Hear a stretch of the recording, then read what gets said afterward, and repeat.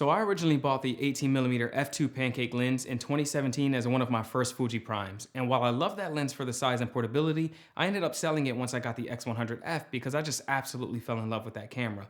But here we are 7 years later, and while I don't have the X100, I do have an XT5 paired with the 18mm 1.4 WR.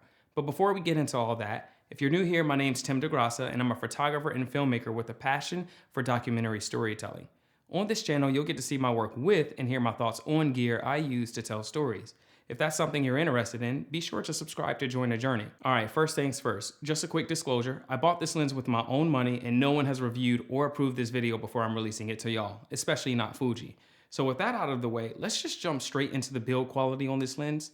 First, just know that it's excellent and what you'd expect for a modern lens at this price. And it's definitely improved over the Pancake 18mm f2, which had an external focusing barrel and wasn't weather sealed. This is one of Fuji's first newly designed primes, and that brings me to my only gripe about this lens, which you've probably already heard or read about. The aperture ring is just too loose for my liking, and a simple bump could knock it out of position, or if you're carrying it on your strap, it could just really change the aperture so quickly you wouldn't even notice. And it just doesn't click as confidently as you'd expect, and for a system that prides itself on its manual nature, you'd expect the tactility of operation to be a little more pleasing. To be fair, having owned their other newly released primes, the 33mm 1.4 WR, the 23mm 1.4 WR, and the 56mm 1.4 WR, I can say confidently that this lens is the only one with a loose aperture ring. In terms of how this lens performs, let me just say that generally speaking, 18mm isn't my favorite focal length on APS-C. I do like it, but it's a pretty standard field of view that isn't ultra wide and definitely not meant for portraiture by any means. I see 18mm as the field of view capable of capturing any and everything, so it doesn't excel in any one area, and it's pretty much a snapshot lens just like your phone's standard wide lens. Wide enough for events, but not too wide as to introduce distortion among the edges. But the XF 18mm 1.4 WR from Fuji is really special. I usually shoot up close and personal, and the 18mm 1.4 WR has a close focusing distance of about 8 inches, which lets you create some wide portraits that still reveal some of the world of the subject. It's really a perfect documentary photography lens, along with the 23mm 1.4 WR. With that being said, you do have to work a little bit harder to get some unique shots with this lens just because it captures so much. So usually I'm zooming with my feet and using the rule of thirds to place subjects at the intersection of those guidelines. If you're interested in this lens, there's another that you might also be interested in or currently comparing from Fuji's lineup, and that's the XF 16mm 1.4 WR. It's a stellar lens that's slightly wider than this one with a closer focusing distance of about 7 inches. So you get a wider background, closer focusing ability, but only at the expense of slight distortion among the edges. So the subjects may look bigger than they actually are if they're too close to the camera or edges of the frame. And I have an example here that I'm gonna just cue up. You can kind of see that my head a little bit at the upper edge of the photo is a little bit distorted. And most people won't notice, but if you're taking pictures of family and people that you normally frame, then you might notice it. And if that's not a deal breaker, then I wouldn't worry about it.